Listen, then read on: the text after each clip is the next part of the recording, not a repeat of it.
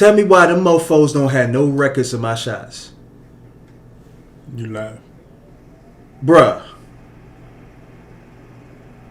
I went through my employer. Mm-hmm. I thought I did the right thing. I'm like, all right, bet. I'm going to get this through my employer and I'm going to be good. Come to find out more, I went to them. They looking at me like, you don't know? I'm like, what? Why y'all don't know? Hey, bro. That's how it happens sometimes. But we back with another episode of Eavesdrop. That. We back again. And we talking about more scams today. Or what we think is more scams. I'm not going to say it's a scam. I just follow the news. I just watch what happened. And I start asking myself a lot of questions. I am though. Yeah. But before we go ahead and get started, as we always do, we're going to go ahead, ask everybody to hit the like button, the share button. Again, we're going to drop the link at the end of the actual show. You can call up, you can call in, give your opinion, your take. I want to shout out the brother Terrain, who held a Twitter space earlier today in regard to the same topic. And so I want to say thank you. I had the chance to speak on the same matter earlier today, and it was a attorney who also shedded a lot of insight on how we should go about it. And so this isn't my solution that I proposed. This is something that the attorney said that he had did as it relates to the whole debacle of, Joe Biden coming through on his promise, is that if you, like some, think that, this is kind of scammy, go ahead, create a list of maybe 5, 3, maybe one person that you think that should get it, and hashtag, let's say, hashtag my SCOTUS pick. Joe Biden, my SCOTUS pick. Just so that we can get some, or they can get some feedback on other options. Because as we're going to discuss today, even though I don't think it's a scam, I do think it's some problems in terms of the pick coming from this party of people. But with that being, we have a very serious problem. Very serious problem. With that being said, we're gonna go ahead and get the show started today. Again, if you're watching, if you can help us out, hit the like button, hit the share button. It is free. We always need that help and that assistance. Please help us grow in that way. And so, like every other show, what I'm gonna go ahead and bring up is this article that we have. Give me 1 second. Let me share the screen. Oh, that is my messages. All right, so as everybody can see, let me go ahead and bring this into the frame, make it a little bit bigger for y'all. So, a top Biden ally favored candidate to replace Justice Breyer. So for everybody who's not familiar, this Justice Breyer has just stepped down, and as we are talking about, his replacement during the campaign, Joe Biden promised to nominate a black woman for SCOTUS. So this right here is basically talking about a lot of what had already kind of taken place. But I thought it was a good article because when we talk about qualifications and the conversation around people being qualified and not qualified, I think it gets very interesting in terms of how we even qualify things and what are qualifiers. Because I think the question that we have to ask as a group of people, or for everybody who's watching this, is, are your qualifications for SCOTUS the same qualifications that a political body would have for SCOTUS? So, I'm going to jump down to my highlights.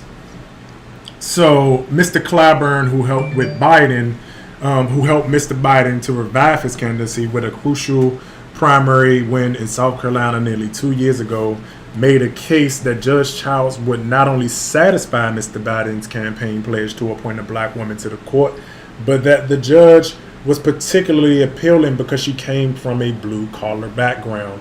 Another represented group among federal judges. I'm gonna jump down a little bit further, and y'all can go check out this article. It's in the description box. All of the articles that we're going to use today are in the description box. It says Judge Child's mother moved her to South Carolina from Michigan after her father died when she was a child. Her mother worked for telephone companies. Judge Childs attended the University of South Florida as an undergrad on a scholarship. She then began to climb from the bottom of the legal world to the federal judiciary. In 1992, she became the first female law partner at a prominent firm in South Carolina. She later served as state judge before President Barack Obama nominated her in 2010 to be a district court judge. In one of her more high-profile cases, Judge Child struck down a South Carolina rule during the 2020 election that would have required a witness to sign absentee ballots, a move intended to make it more onerous to vote, particularly during the coronavirus pandemic. So I'm going to go ahead and take that down really quickly. And so I want to start off the conversation with the idea of representation. A lot of people talk about representation. I'm not particularly a fan of representation in the current political climate that we have now, because it can be used and weaponized against us in a way in which is why I feel like it's scammy. Because again, in its proper context, we're coming up on midterms. We're talking about an administration that hasn't done anything else in terms of the tangibles that were asked for, not only specifically for us, by us, those black people, but also the larger acts that have been made by all communities, whether that be Medicare for all, student loan debt. Again, these are things that he said that he would veto. And so my question, as it relates to this whole matter, is that you have a person who is going to be representative in terms of phenotype, how they look, but are they going to be representative ideologically? And that is the bigger question for me, because we're talking about somebody being appointed by a person who already doesn't have our best interest as a community, and who's been on record even not only not having our interests at hand, but actually undermining our community specifically. So I think for me, that's where I kind of sit with it in terms of the representation piece. I'm not a fan of it. Again, I think identity politics right now are completely toxic. I think that it creates a space that we can't necessarily have discussions without everyone getting into some type of ism or phobia or hateism or any type of discussion around, generalities. I think that it's hard to have because of the political climate. And so I'm not a fan. I think that absolutely it would be a good thing to have a black woman as SCOTUS, or a black person in general as SCOTUS. But more importantly than them being black, I would like for them to have the capacity to push back against the very institutions that they're in, which is what I'll get into a little bit later about the qualification piece, because that's more intricate than I think people give credence to. But what's your take on the whole representation, like people fawning over this? Because again, they're talking about its history, and even though it's history doesn't necessarily always mean a good thing, because we saw this particular thing happen with Kamala Harris. We saw the first a number of times in America. It's countless. And so my question to you is, like, one, do you feel like that we're being that is something being weaponized against us right now, or do you think that it's a genuine act that's being done? And do you think that him following through on a promise should make this a thing that's overlooked? Because he is ultimately following through on the campaign promise. And I'll give him that. But here's my thing. Let me tackle the representation part first. My thing with black people is, when we talk representation, I just feel like overall we talk out of both sides of our neck when we talk about representation. Mm-hmm. Because let's think about this here. Condoleezza Rice was our first black Secretary of State. Mm-hmm. We don't fawn over her. I don't see the fanfare around Condoleezza Rice being a first. And we're trying to make this into a race conversation when it comes to this nominee, when in fact we already have Clarence Thomas that is on the actual Supreme Court. So people that's attacking this from a race standpoint, they almost disrespect and disregard the fact that this man is black and has been doing this for years. So my thing is as a people, we don't get to pick and choose. So who's making it a race conversation? Because I haven't really heard the race conversation. I've particularly only heard it being talked about as a race and gender, which is kind of getting into everything is about. Like, but it's not a race conversation, period. No, like, but I'm saying who's making that an argument? You got a lot of people on the left are making it a race thing, as in like, oh, we need more No. We don't even appreciate the representation that we have. We disrespect it. But it's representation if they aren't representing your interests. My thing is why do you disrespect what you already have? You don't get the right to disrespect what you already have and then demand more. You're not even respecting what you have. And Clarence Thomas, y'all are disregarding the fact that this man has been doing this for years. Mm-hmm. And he don't get any respect from the black community. Condoleezza Rice has been the first. And she don't get any respect from the black community. So you have people that do not get respect from these communities that have done these things. But yet you want to promote more people when you already not showing the people that have done it any kind of respect. I get that they have different opinions, mm-hmm. but it's the respect piece. It's like, no, fam. So what are you proposing? Huh? So what are you proposing? My thing is you cannot make this into a conversation about first if you're not already giving the people who have paved the way, regardless of what you feel about them, the respect that they deserve. I don't agree with Clarence Thomas, mm-hmm. but for people to disregard the fact that he is the first African, well, not the first, because of course he mm-hmm. wasn't the first, but the fact that he's already there and you got people still making this a white-black thing, like, no, fam, it got nothing to do with white and black. But that's the thing. I don't think people are making it a white and black thing. I think it's more of a black woman thing. If you look at like the Goldman Sachs initiative, mm-hmm. if you look at a lot of the other initiatives and conversations, in this current political climate, by way of feminism, mm-hmm. we've been detached from the discussion as black men. We've been detached from the discussion of, what I feel like is blackness overall. Mm-hmm. So I don't think this particular instance is a race discussion. I think people are having a conversation about first black woman, similar to, which is why I juxtapose it to Kamala Harris. And because, go ahead. And good thing that because here's my ultimate point. Mm-hmm. I get that she would be the first black woman, whoever it is, but at the same time, let me go down the legislations that I need to know before I even care. What are your stance on reparations, Miss mm-hmm. First Black Woman SCOTUS? What is your stance on HR 40? What is your stance on the Byron Allen case that should have went through the Supreme Court and that should be pushed back up to the Supreme Court, which are all black issues? Mm-hmm.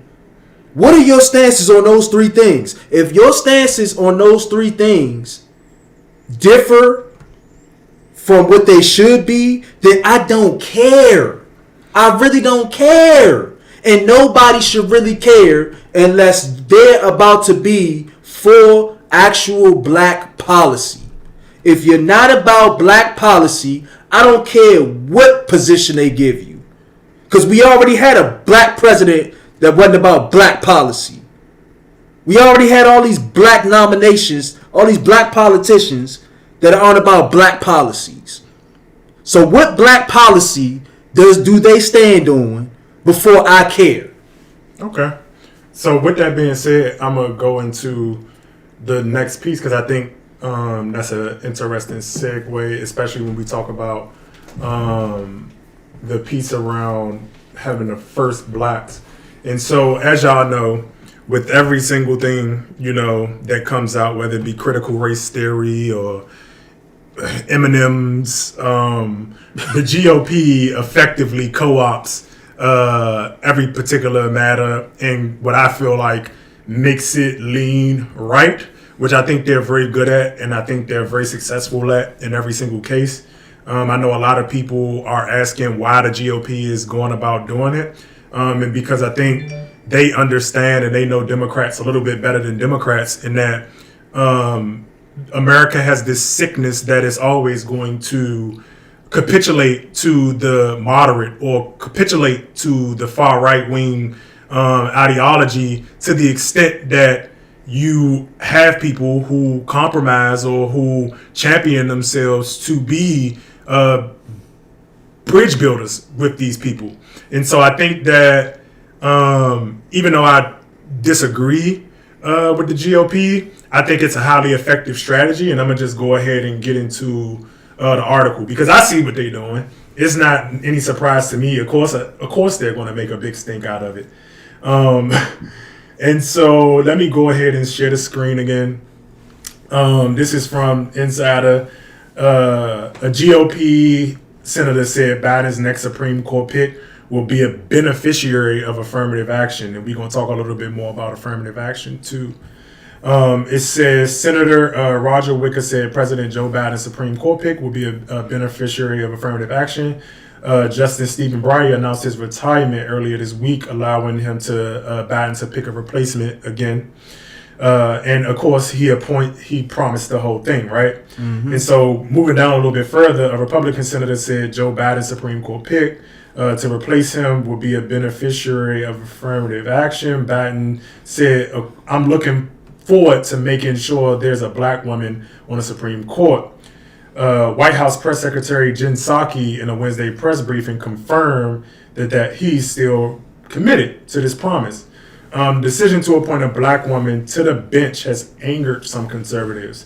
Minutes after news broke of Breyer's retirement, a Fox News panel condemned the promise, calling the decision an act of discrimination. Speaking in an interview on Super Talk Mississippi Radio, Wicker decried Biden's vow, claiming it may be unconstitutional. The irony is that the Supreme Court is at the very time of hearing cases about this sort of affirmative action, racial discrimination, while adding someone who is the beneficiary of this sort of quota, Wicker said, referring to the Supreme Court's decision. I'm going to go ahead and take that down and take this off the screen because I thought it was interesting to hear the position. I don't agree that it is an act of discrimination, but I do agree that I don't necessarily, again, want the pick to actually be picked on the base of race because, again, I think that with doing that, they get to, check off one box without actually giving any substantial access to black people as a whole. But I thought it was interesting the GOP did that, and more specifically the senator, because it's interesting when you talk about these type of comments because at the same time we have legacy admissions, we have, again, when people talk about qualifications, you have certain pipelines that get created in these institutions. And what I want everybody to understand is when I'm talking about the qualifications, I want people to understand that in politics, right, my first qualification for any political appointment It's going to be loyalty. And then you have to ask yourself, loyalty to what? Loyalty to the ideology in most cases, because politics is a game that is stoked in ideology. Everything in politics is a game of, again, the policies are the currency, the ideas are the currency, because it's all mental, right? And so that's the first thing. And then when you talk about qualifications, your qualifications start when you are born, right?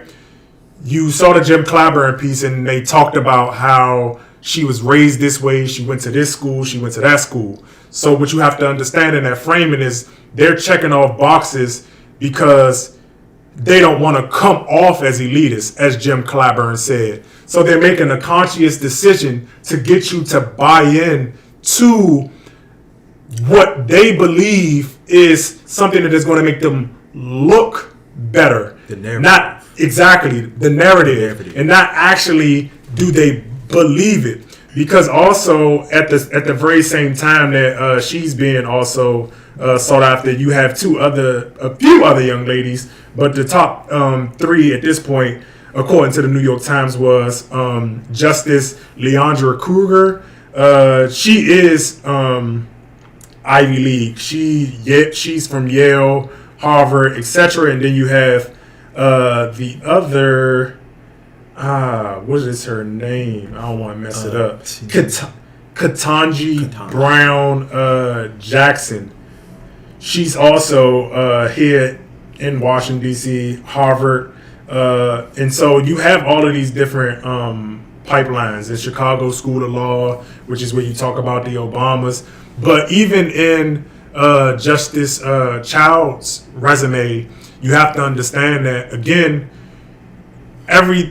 there's clearances that take place when you are moving through the ranks within institutions. So being appointed by an Obama gives you a certain level of credence, but understand what it takes to be appointed by an Obama, or what it takes to live and survive in a Harvard University environment, and the conscious decisions that you have to make to play that game to win in those type of environments. So being able to even put yourself and be in the position alone says a lot, especially when you get the endorsements. And I'm saying this as a person who has the endorsements of people who people may not necessarily agree with, or people may not like. And that's because, again, I've been tested. I have shown that I have certain levels of competency, but that I also have certain loyalties to those specific people, right? So I want people to be conscious and aware of that when we're talking about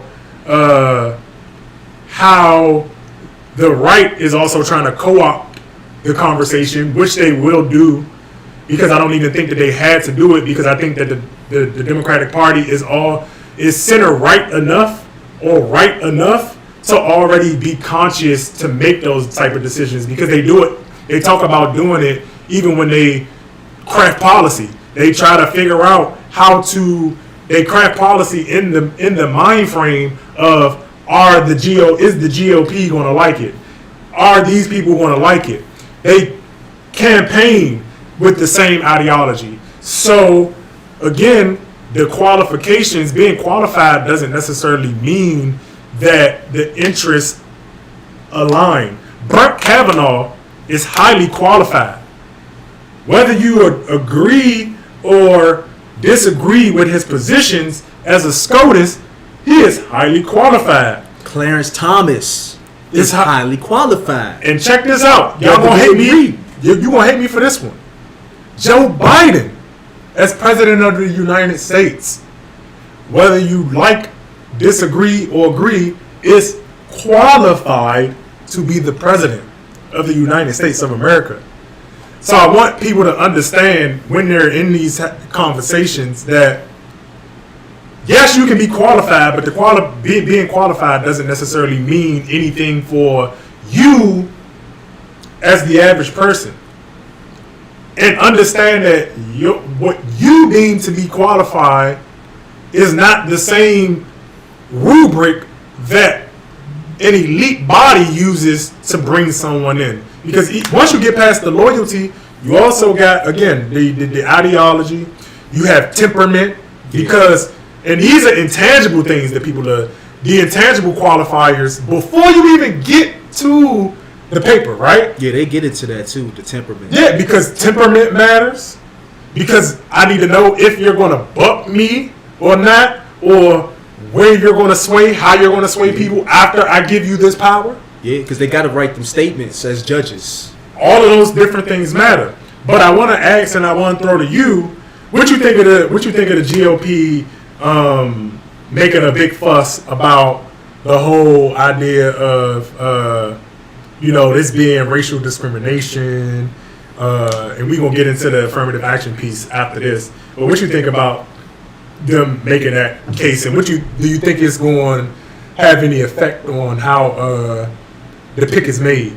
Because right now they stuck with, or not stuck with, but they're leaning heavily towards Justice Childs, the Clyburn pick. What you think? Now you know how I feel about fish fry. You know, I don't bet. James fish fry. And hold on, before you even get started, I'm sorry, because that's the other thing.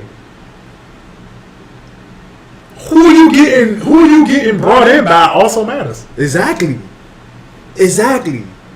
But you know what though? On this case, I don't always go get, but the GOP, they gotta stop this because I don't like this either. Because I don't like affirmative action per se myself. But what we not gonna do, GOP, is we not gonna make it seem like these three women was McDonald's workers or some shit, and they just picking them out from the grill, and now you about to be no, because they trying to make it seem like these women just night walkers that we about to just put into no. You gotta be flagrant. But I'm just saying they can't do that. Like, come on now, they still our women. We can't just let them just be like, this is unconstitutional. They don't have any kind of right. There's no qualification. Like, come on now. They have qualifications, and we're not gonna sit here in an America where you got Joe Biden's son out here snorting all the coke, smoking all the dope, doing all of this, that, and the thing. Ain't got a qualification to his name, and getting positions, on positions. But that's legacy. I'm gonna get into that when we do that. We're not gonna do that because y'all ain't doing that to Hunter Biden. But y'all gonna do it to these three women that's really out here working? Like, no, fam. To be fair, they did do it to Hunter Biden though, but it was more political reasons. I think that they just racist when it comes to how they feel now. But I'm just saying, like, come on now. These women can't afford to do 1% of what Hunter Biden out here doing. He out here sending dick pics and all. Like, what are we talking about? And it's like, nah, man, y'all not about to sit here and defame these women when you got white candidates out here doing whatever they want. Brett Kavanaugh doing whatever he want. But we gonna sit here and really just go ham on these three women? Yeah, but that's why I likened it to a political strategy. I don't think that this is the thing. What people gotta understand is, I don't think they believe what they say to the extent that they're saying it. And that's the problem. Because it's no consequence. Why is it a problem? It's no consequence. It's a strategy. But it's no consequence for them doing that. Because again, America allows freedom of speech. And both sides. We as a people allow that. Because it ain't nobody else that's going to get on the live on Gilded Sages that's going to stand up and be like, no, y'all can't treat these three women as if they McDonald's workers. But they got qualifications. A bunch of people are saying that right now. People are calling out the GOP. People always call out the GOP. People overwhelmingly shit on the GOP for what it is they say. They always get bad marks. But they always win because it's an effective political strategy. They are not emotional when it comes to it. The GOP know they're going to get flack when they come out and say some shit. They not naive to the fact that when they say what they say, that they're going to get the problem is, and I think I know what you're saying. The problem is there is no tangible punishment because people talk shit to them. Yeah. But that's why I say America. That's an American thing in terms of when we talk about both sidesism, people being able to, oh, well, you can have a difference of opinion and feel your type of way, and I feel my type of way, without having a baseline to that. Exactly. Because what the problem is, because again, you saying that, but we also got black people. What do you think about the black people who say then, oh, racism always going to exist? And not only, and I say that racism always going to exist to undermine conversations. For example, when people talk about reparations, like, oh, why y'all talking about reparations? Racism always going to exist. Or why you talking about that? Because racism always going to exist. That's not the problem. That's not the point. Exactly. The point is there has to be consequences. But my thing is, it's a political strategy. It's highly effective because it gets people emotional, and also in getting people emotional, it makes and pulls the whole conversation to the right. The same way they co-opted critical race theory. Mm-hmm. I thought critical race theory was a valuable conversation, but the GOP effectively made it into something that it was not. Yeah, they derailed the whole conversation. Hey, listen, that they derailed it to the extent that we are now not even having a fluid conversation about what we need to be having as it pertains to America and the institutional depravity, because that's what it was about. That's what critical race theory is about. But they understood that if we talk about critical race theory, that in a robust manner, that we are going to be found out. Because not just they, the GOP, America's underbelly, the whole thing. Because then people become more aware. So again, they going to take the scapegoat. All right, cool. This our lane. We going to make it about something that is completely not, knowing we know what it's actually about. Because we participate in it. Exactly. But here's my thing. Look at what we do go out and support. So the reason why they can do this is because look at what we support. We'll get out there and you'll have every politician out there going for immigration. We had the NAACP for immigration. We had what's the other one? The Congressional Black. Everybody showed they black behinds for immigration and DACA and all of these other policies that don't benefit nobody that look like us.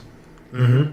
But when it came down to actual policies that benefit people that look like us, that talk like us, that act like us, there was no NAACP. There was no Black Caucus. There was no Black nothing. We couldn't even get the Negro College Fund. We couldn't even get them to talk about black policies. Because again, they qualified. And then being qualified, part of the qualification is being able to understand that you can't advocate for certain things because it's problematic for the people who are qualifying you. And that's a shame. So for me, it's like, how can we be even in a position to defend when we don't even support the black people and the black agendas within the systems? We don't support them. Ice Cube still waiting for a phone. We don't support any of it. But let me, what I'm gonna do is I'm gonna go to this affirmative action case. I'm gonna go ahead and bring it up for everybody because it's interesting that this case or this situation that is being sought in the Supreme Court, that the GOP will make such a claim because we're talking about somebody who allegedly is benefiting from an affirmative action appointment while the Asian community has taken it upon themselves to call for affirmative action to be gutted, right? And so I'm going to bring this up. screen share. Affirmative action, and this is from Forbes, affirmative action could soon be overturned as Supreme Court takes up Harvard and UNC cases.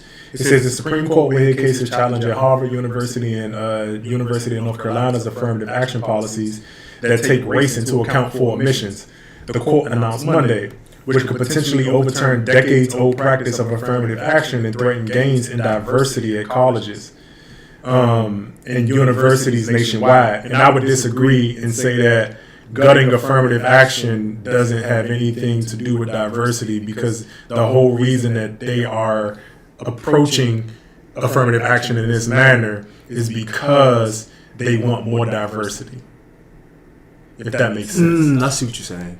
I see what you're saying. You have the Asian community saying, no, we don't like race-based admissions because, and again, this is no allyship. This is zero allyship, because if people understood what affirmative action was supposed to be, which we'll get into in the discussion, it's to address a particular trauma, a particular deed, slavery, Jim Crow, mass incarceration. It was specific to address, and I wouldn't even say mass incarceration because it came before that, but it was specifically done to address the tyranny done to black people, the coloreds, Negroes, ADOS, not people of color, the coloreds, before they changed it and gave it away. So it says the court announced it would make up the cases without comment.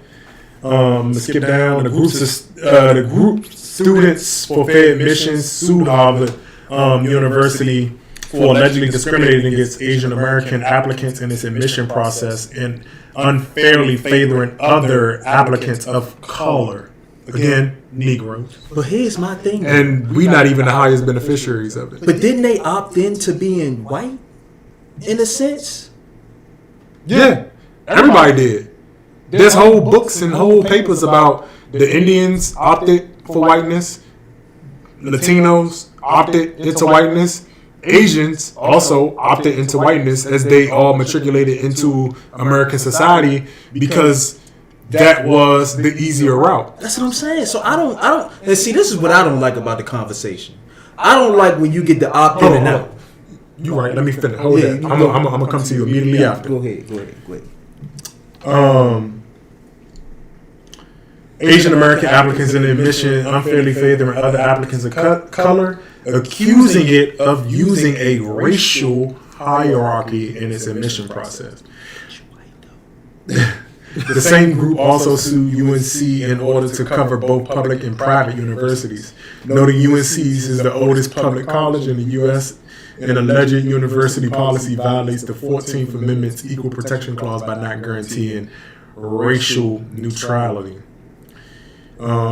And so it says Harvard and UNC denied the accusations that affirmative action policies are discriminatory and argue that they are in line with previous court rulings upholding the practice. And UNC said it considers race flexibly as merely one factor among numerous factors in its admission process. So I'm gonna go ahead and I'm gonna take that down once more. The thing that stood out to me, right? And this is just, again, a people's lack of understanding of race and why I don't necessarily like people to use the terminology black or the term black, right? Because right now in 2022, we understand blackness to be a catch-all that describes anybody within the diaspora, and then you have people of color who are any of the melanated groups. But when we talk about American history, when we talk about America, like I always say on this show, we really have to understand that despite how it has evolved, when we talk about black, because I hear people talking about how black people don't have their own ethnicity because it's been co-opted. The whole idea, again, when you talk about a pseudo-science, race is fake, right? Mm-hmm. Created to justify slavery, a business endeavor. Black people, and black is the ethnicity. the only reason that it has come to this place that we're at now is because of the racism in America and how they co-opted the term to give it to other people to undermine the validity of it, so there can't be claims. And so, yeah, that's a fact.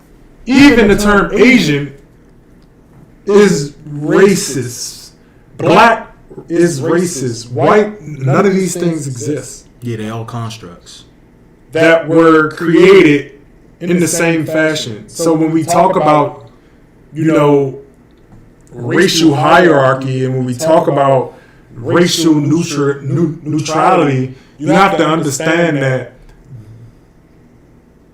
that time frame, that concept came from the context of there being only black and white. Mm-hmm. And again, when we talk about American history, the problem is that you have a lot of people lying about what they did and how they got where they got.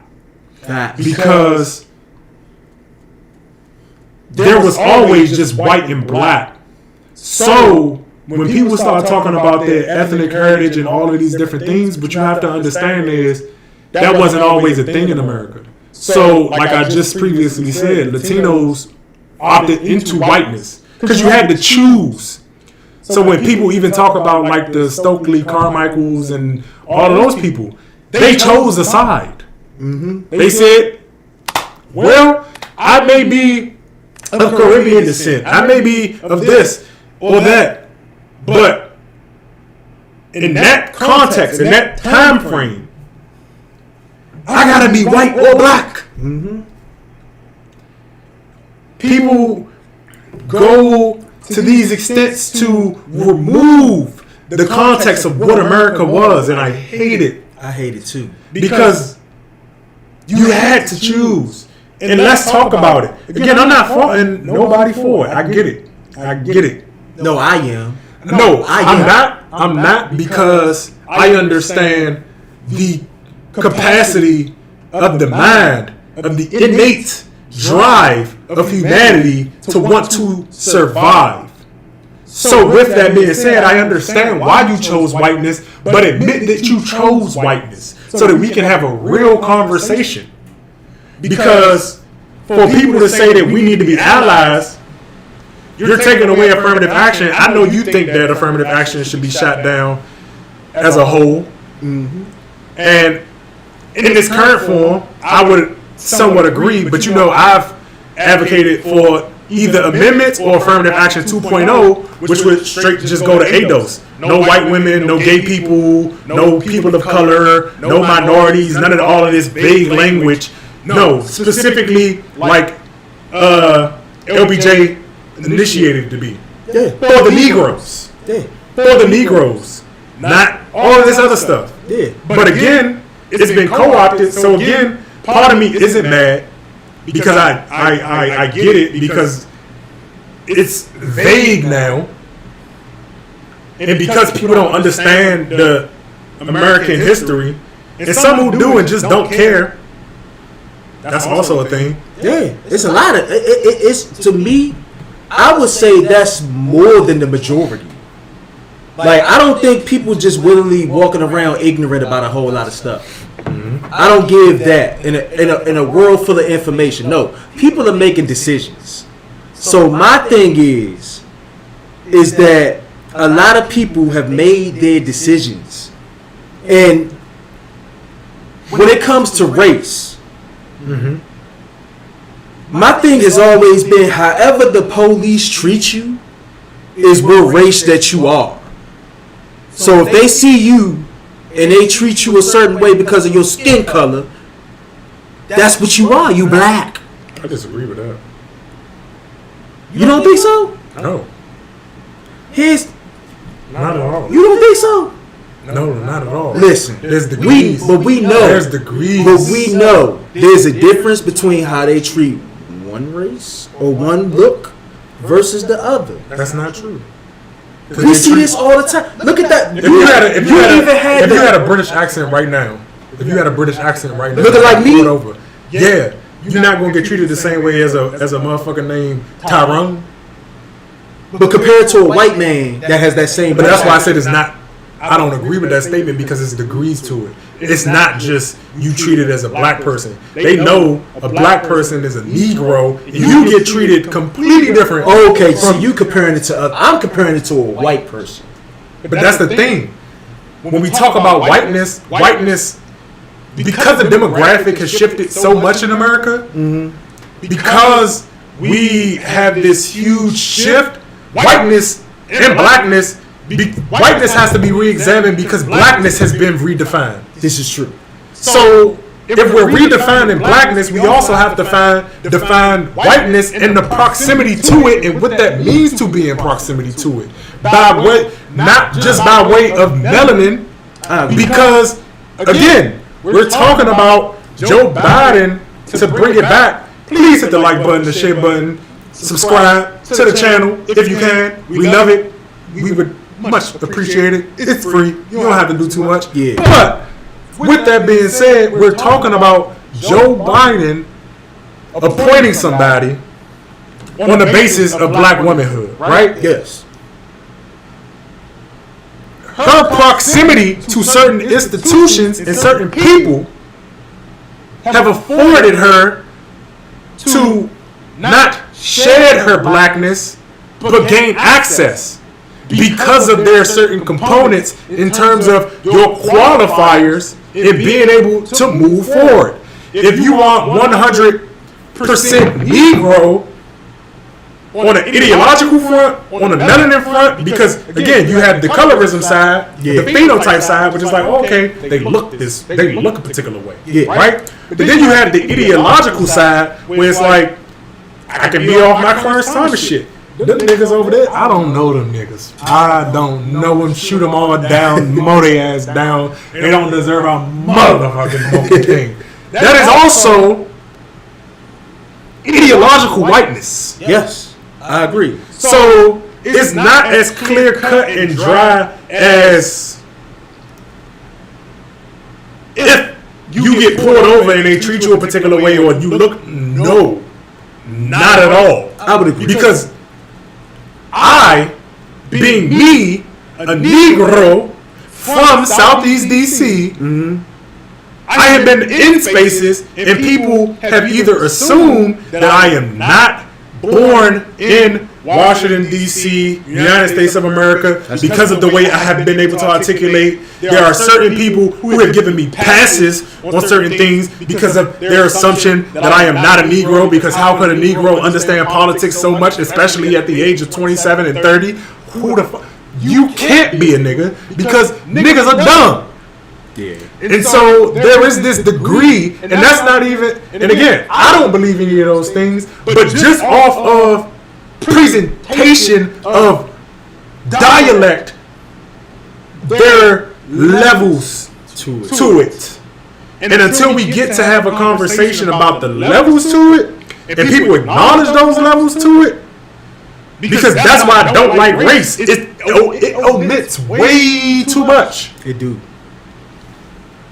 Because ain't nobody black, ain't nobody white, ain't nobody Asian. When you really, if you really are this intellect, ain't nobody none of that. Exactly. So then what are you? But again, people who understand it, use it, weaponize it, and be like, oh yeah, I'm a traffic in race. I'm a traffic in all of these different things. That's what I don't like. I don't like the people that get to decide one day I'm gonna be this, but on this policy I'm gonna be that. But again, with that mindset though, you allowing people and giving people the pass to be able to do that. Because on one hand, if you make the argument that if you get pulled over in a particular way, and you make it that white-black binary, it's easy for somebody to move in and out of that. Because I could easily say, when it's beneficial to me, Daquan, I am black. I get pulled over like you too. But guess what? I'm not though. Because when I'm in the privacy of these confined spaces, I get to say also, I'm not black because I'm not Negro, and I understand that really and truly, the only black people are the niggas who descended from slaves. That's what you're saying. Because that moniker was given to them to specifically identify you to justify the endeavor of slavery by way of race and you being inferior. So the only real black people are the niggas. Yeah. Everybody else is just what they are. And that's not again to say that it's bad or good. Just understand that there's only one black people. Until people really accept it, like you all already know. If people don't come to the truth and come to do it, America fuck. I told you. But here's my thing. A lot of these groups, they accepted whiteness. No, I agree. They accepted it. So why y'all get to be white all of these years, and then all of a sudden you get to switch up when it's your turn to get specific policies, as if y'all weren't white for the better part of what, 30, 40, 50, double our lifetime. Like, nah, y'all been rocking for whiteness since y'all been off the. Come on now. Because it's cool and effective now. And it's like, no, because we don't get to do that. I can't be, I'm black and I don't get to do that. They don't care. But for some reason, it's certain groups that get to say, in one instance, I'm white, so I need to get this policy. But also, I'm this too, so I need in on this policy as well. And it's like, fam, when do you get the double dip? Like, what? No. Because, again, we allowed the whole people of color thing.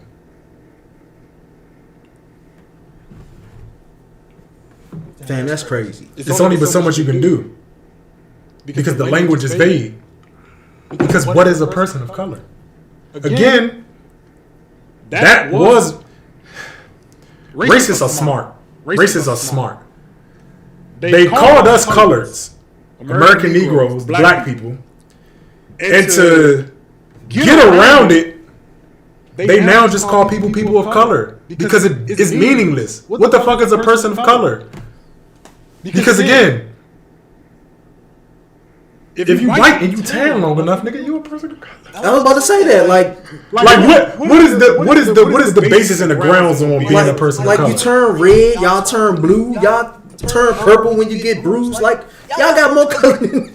But no, the point is though, the language and the ambiguity within it allows for this. Yeah. And until people get honest and until people tell the truth, we're going to continue to have, people weaponizing affirmative action, people on the other side of the affirmative action playing up to be the token. Because, it's people who like being tokens. Yeah, this is, and that's the problem. And so it's a double-edged sword. But do you have any final words? For me, hey, listen, to spin it back to the affirmative action, I'm gonna hit one of these real quick.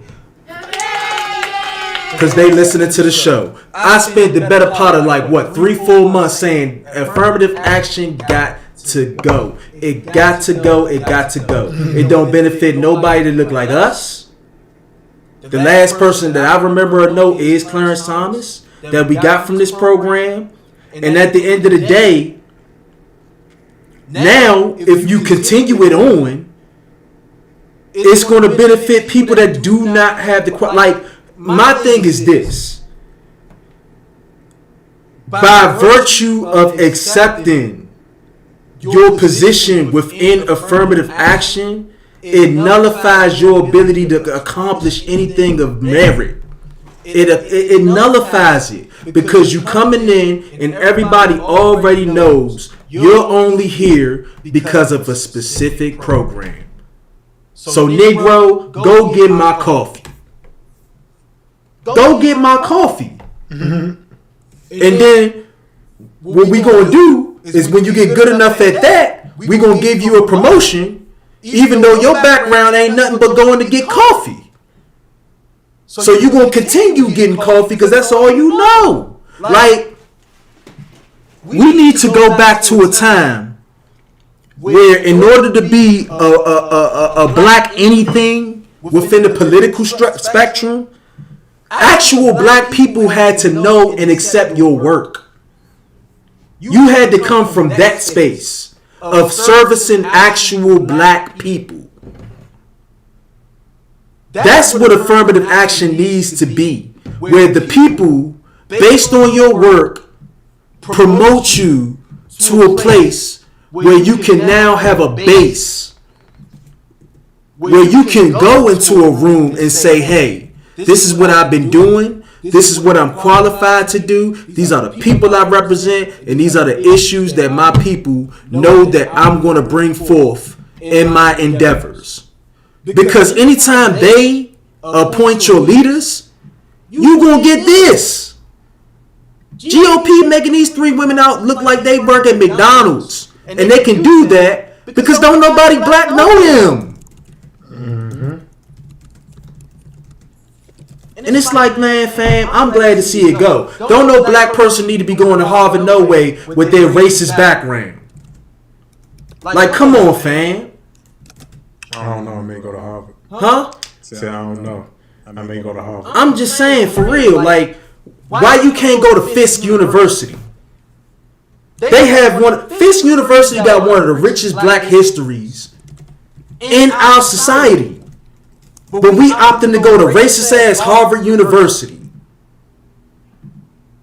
You got all these HBCUs that steeped in black history that we can easily elevate, but we want to send all black people to Harvard to do what?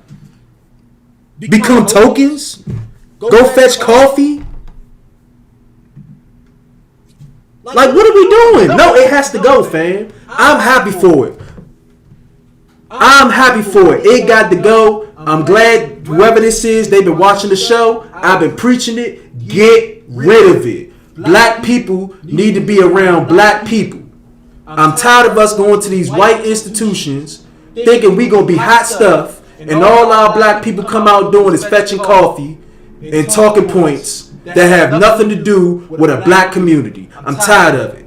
Get rid of it. That's my take. With that being said, we're going to go ahead.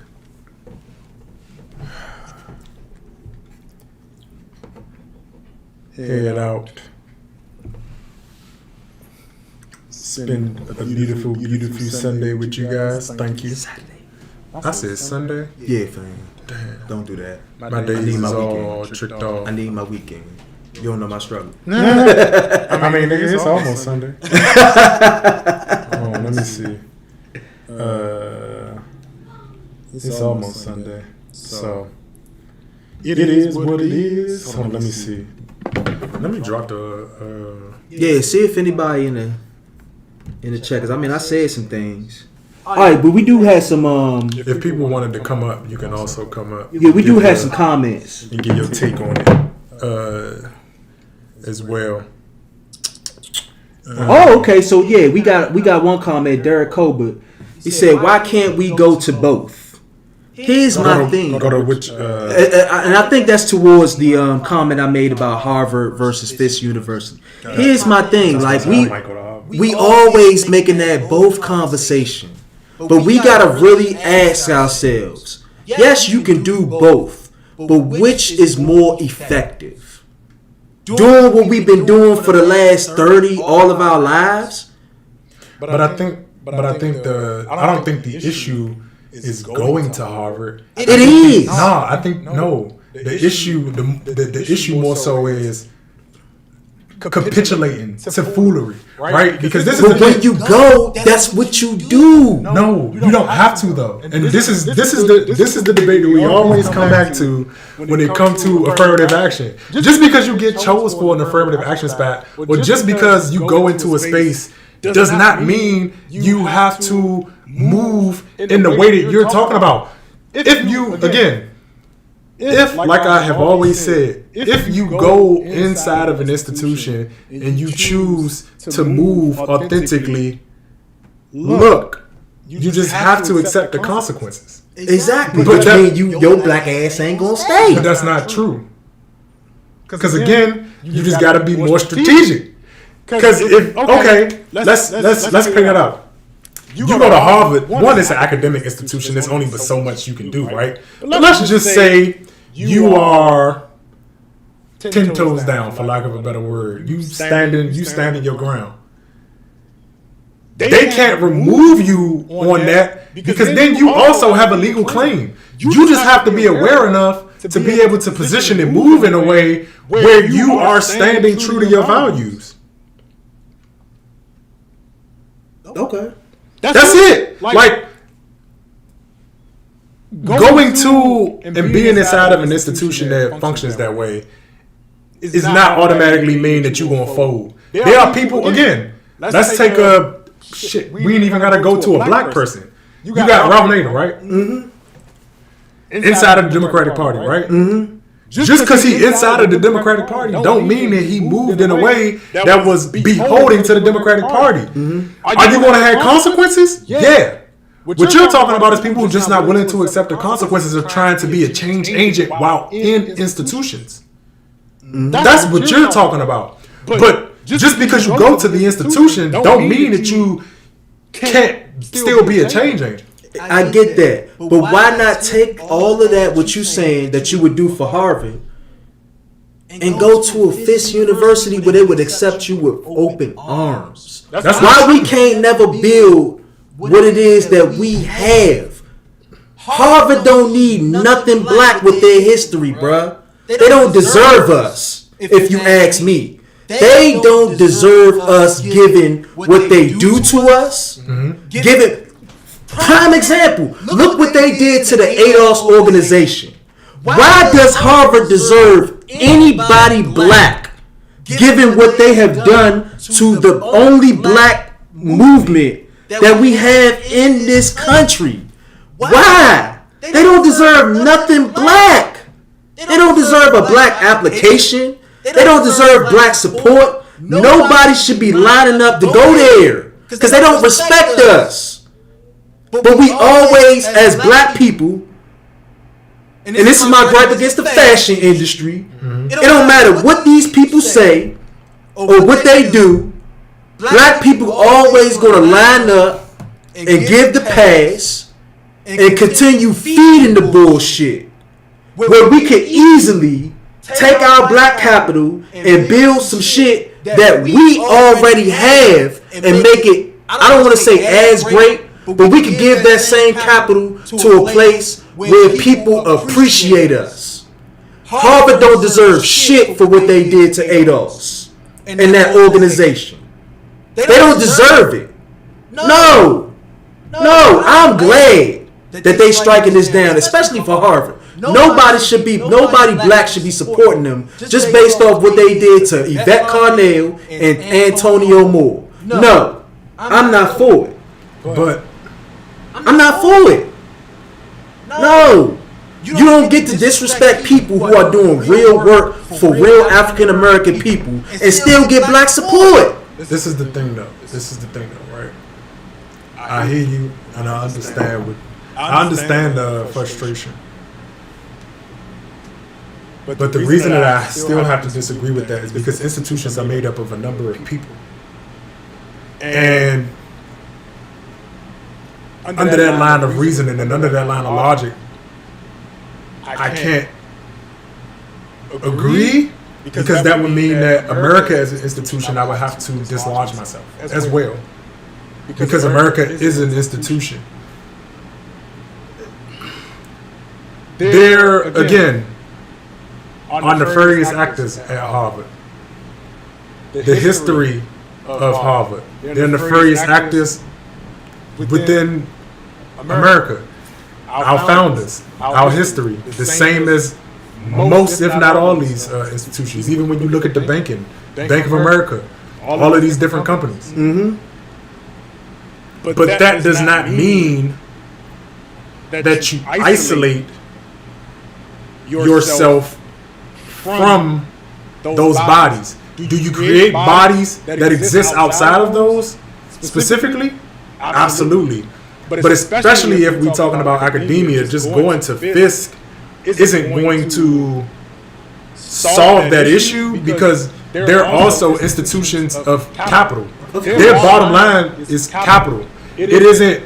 Most collegiate institutions in current time are not about building scholars. And I get And that. so again, strategically, if we understand that the access and the different capacity to do these things, yes, I think that still should be a valuable option. We got my guy. Hold on, let me put you in. You in the guest room. Hold on, fam. Let me go ahead. So how do we learn how they operate the systems? I mean, for me, when it comes to, like you said, when it comes to education, a lot of what you learn in college institutions is standard. Whether you go to Harvard or Eastern Shore, like what I'm representing, the education is the same. What you really buying into when you talk about a Harvard and those type of institutions are the networks.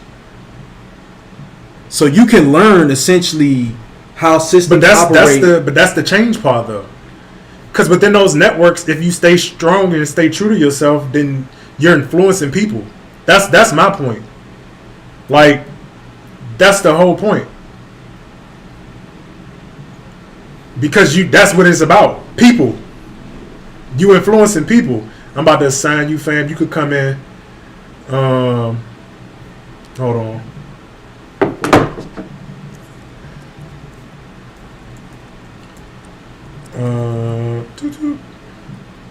All right.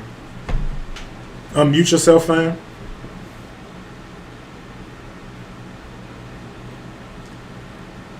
Oh, went off. But I'm gonna wait for him to call back in. All right. Hold on. There you go. Yeah, you just got unmute yourself because I can't toggle it. You muted yourself. You on mute. You still on mute.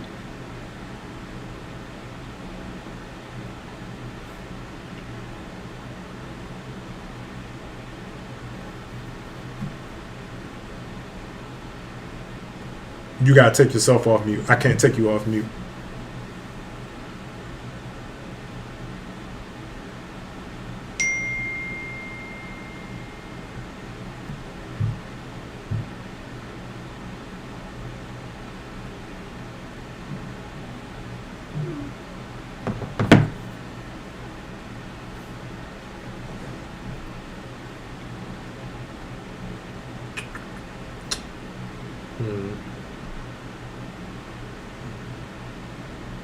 Go ahead, take your time. Me?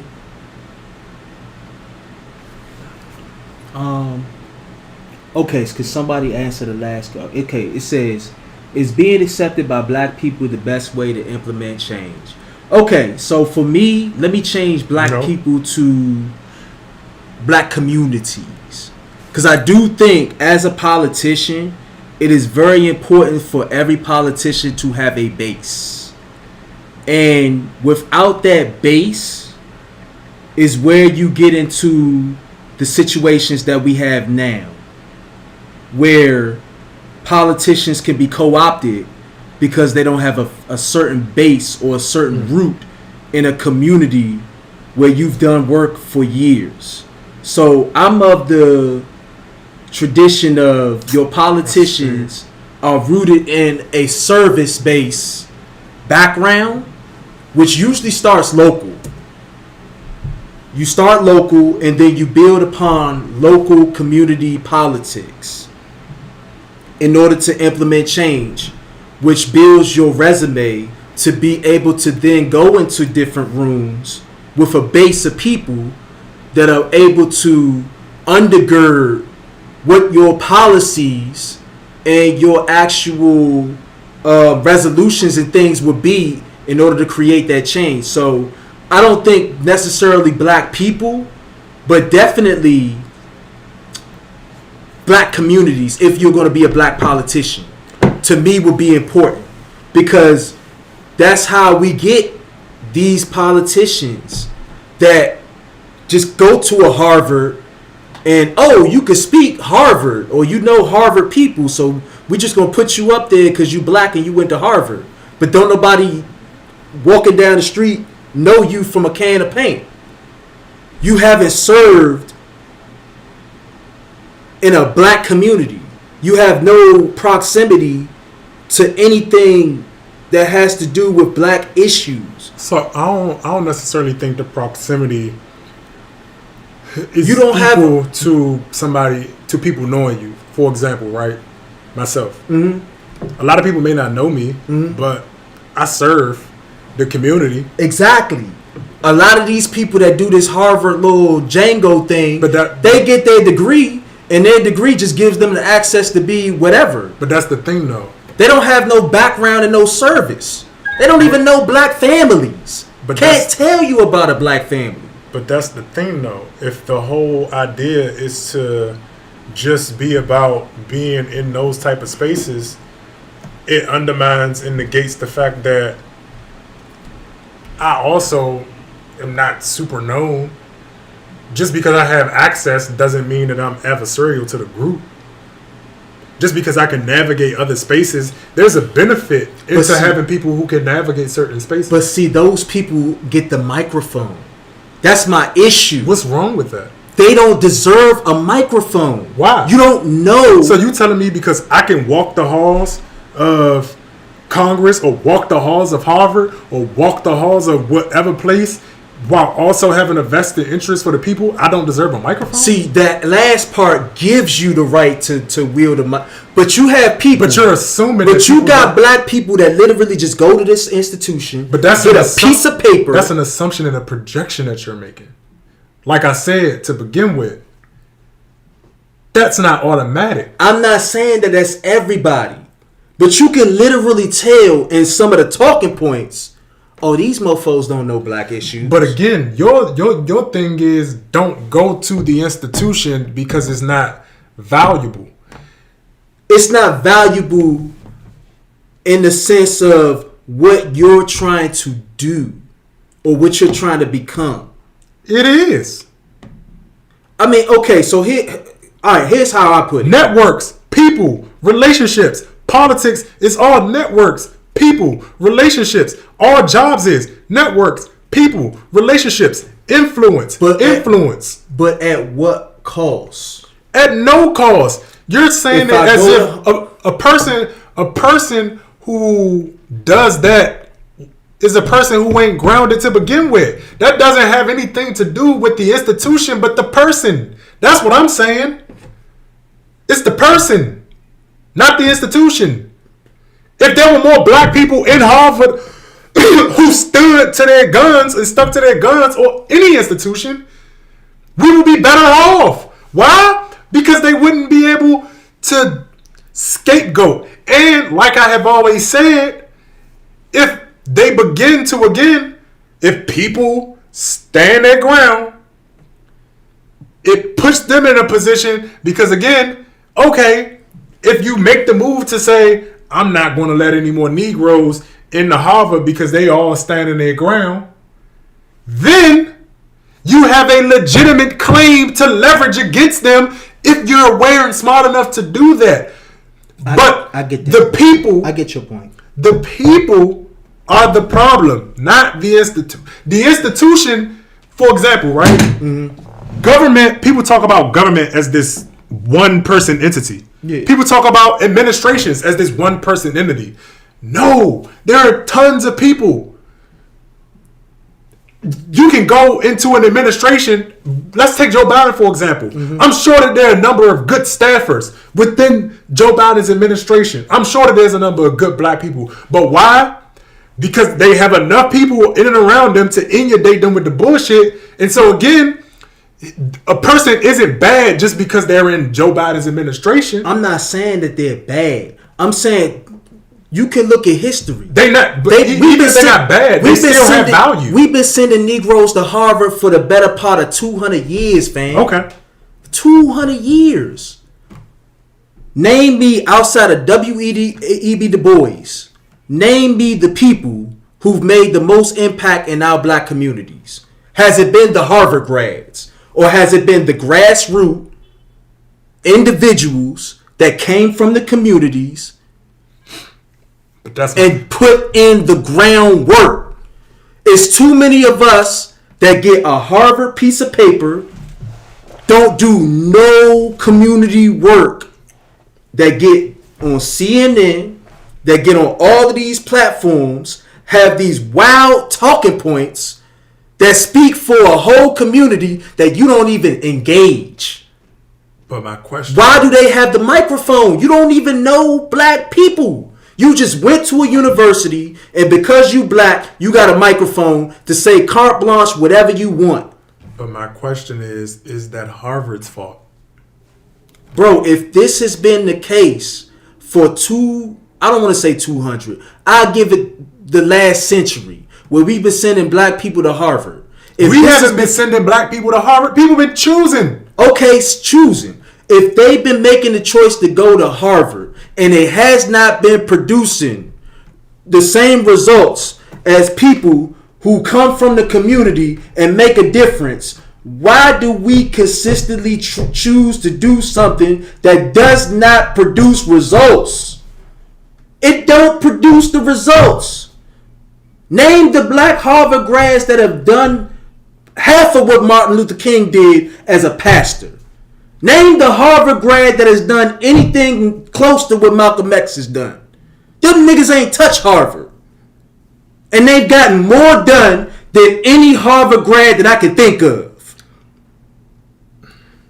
The work and what's always worked for our community are the people who get out, engage the community, understand the people, speak for the people, and do the work. I don't care about a degree. I do. And that shows a certain level of competency. That's where we differ. And not to say that the school matters specifically, but I care about a degree. I care about a degree too, because I have one. You have. If we talking about mental capacity, but the Ivy League part of it, I don't care for that. In past, I would disagree. Only because we're currently now in this moment in time, I would agree because I think, again, institutions and academia has been perverted in a way that they all have fall to a certain baseline where they don't necessarily have the academic rigor. But I just can't agree with the fact that that's not Harvard's fault. If Negro, you don't think so? No, that's just like saying it's the Democratic Party's fault that fucking black people keep voting for them without a goddamn piece of tangible anything. That's not the Democratic Party fault. The Democratic Party gonna do what the Democratic Party do. Institutions are vapid vessels. Institutions are ideologically empty. Institutions are filled ideologically with the people who enter into them and maintain their positions. The people, again, who rise in the ranks, the change that we see is because people stand their ground and suffer the consequences that come with it. And I get that. But you don't. That has nothing to do with the institution itself. But you don't think power creates certain dynamics that force people to make certain decisions? No, they don't force you. They coerce you. But guess what? The same way. See, that's that leftist shit. The same way I tell leftists and all of these new age, a guy has done this and he rubbed me and he coerced me and I felt like I had to do this and I felt like I had to do that and I felt like I had to. Don't feel like shit, because at the end of the day, I will never ever say, despite any decision that I've ever made, I have always had agency in that decision. Now, has my decision ever been swayed as that, again, understanding certain consequences that come with it? Yes. But at the end of the day, I have the ultimate choice. And I'm not going to give people that type of leeway to the extent that we're having a conversation that, yes, we know power does what power does. And a person who's trying to assume or get close and in proximity to power should and need to understand how the fuck powers move. And if you don't understand how power moves, that's your fucking fault. Because guess what? You putting yourself into fucking danger. You should have knew that fucking lion that you thought was a cat was a fucking lion. You need to make yourself aware. And that's why I always talk about awareness being the weapon that you need to survive, because I cannot give nobody that type of leeway. If you go into Harvard and you come out one way, that's on that person. Because we also have the opportunity to go within any institution. That's like saying that, okay. It helps me understand certain things to an extent, because that's the same type of ideology that people may feel about me for working for the mayor. Like, oh, you're not, what the fuck? You didn't do or get any change. I tried to help people to the extent that I could, but guess what? Institutions are institutions. Government is government. People can only do but so much. Exactly. And the thing is, that's also a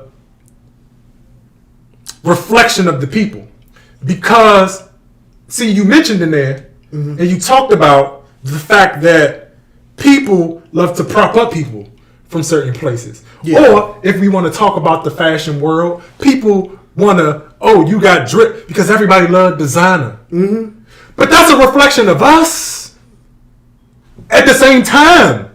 Yeah. That's something that we also have to rectify in ourselves, and how we attribute value to certain things. Yeah. And what value we attribute to it. And why we attribute that value to it.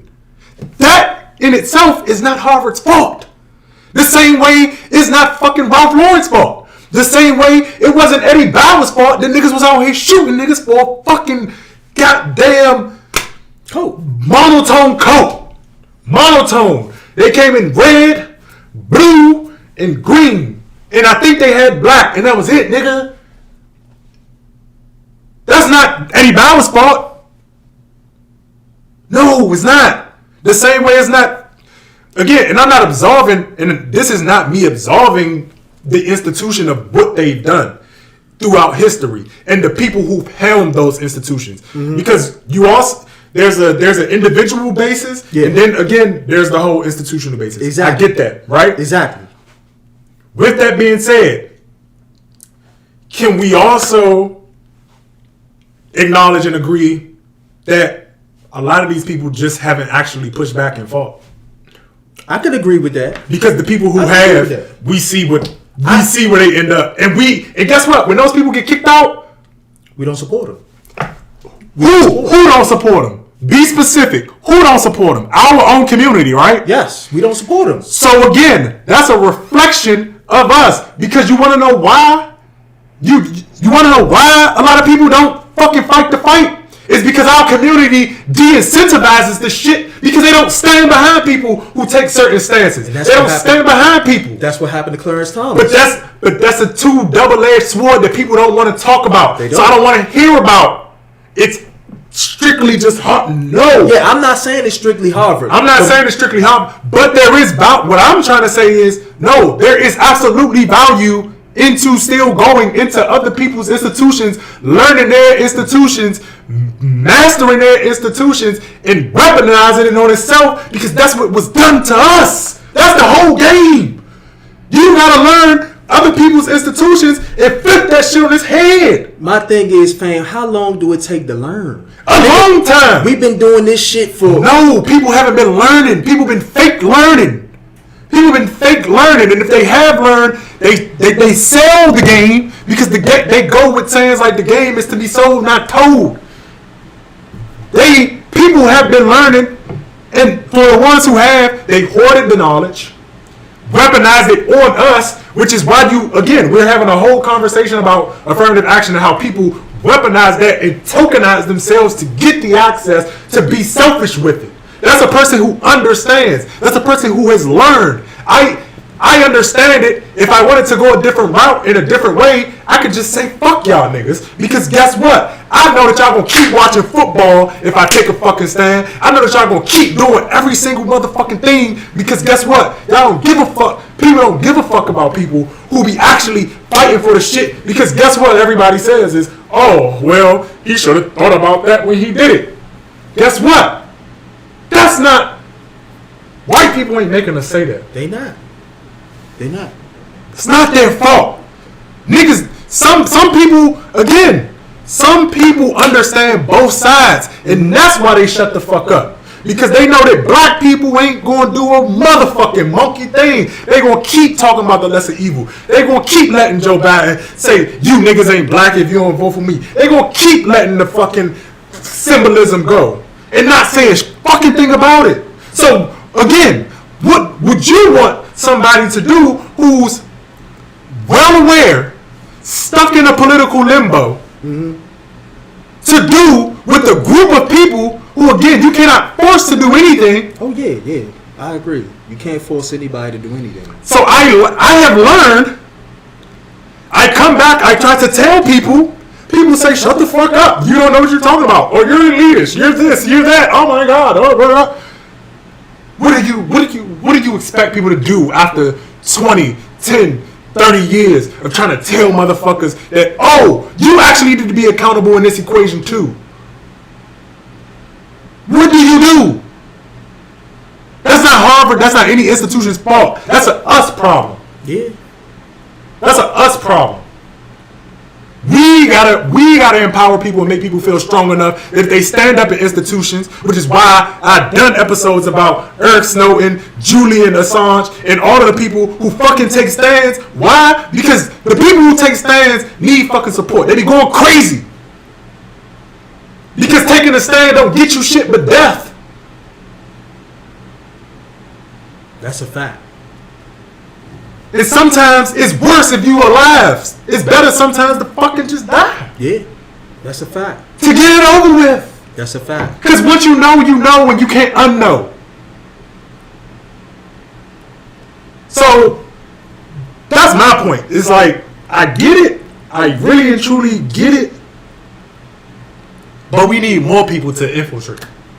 I get that may seem, and again, because it's a nuanced discussion, I'm not saying infiltrate in the same way that we've been talking about infiltrating over the past century. Right? Century.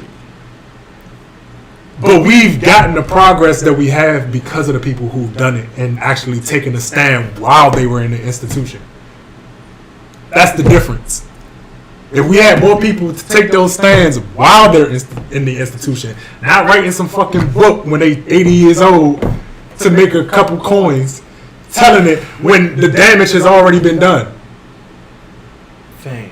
That's what I'm saying. What I'm saying is you're talking about a blanket type thing versus no, it's how you enter into the institution. But bro, like, and I get what you're saying, but if you acknowledge, because you said it, if you acknowledge that this thing is a wolf, yes, then your entry point is that if you acknowledge that you're going into something that you know is going to fucking devour you. No, you don't know it's going to devour you. You just said it's a wolf. No. What do wolves do? No, they will attack. That don't mean I'm going to lose. Will I come up with lacerations? Absolutely. But I'm not going in thinking that I'm going to lose. And that's what's going to keep and give me the courage to fucking fight to the death.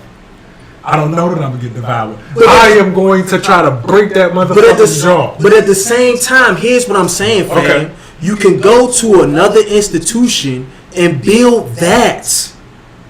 You can build something else that could benefit not just, like, I don't care how much you do for Harvard. Harvard is always going to benefit what community? By design, it's always going to be towards the benefit of the community that has donated. Thank you, Derek, for this question. The most money of any of those institutions. So why not take that same energy and put it towards building something that could potentially be good for your community? All right, so let me ask you this. Do you believe in banking black? Huh? Do you believe in banking black? No. Why not? Because all of the institutions are black. I mean, all of them are from a white base. So they're all from a white base. But this institution in particular has been disrespectful to your people. They derive from JP. So JP Morgan didn't come up off of slavery. Wachovia didn't come up off of slavery.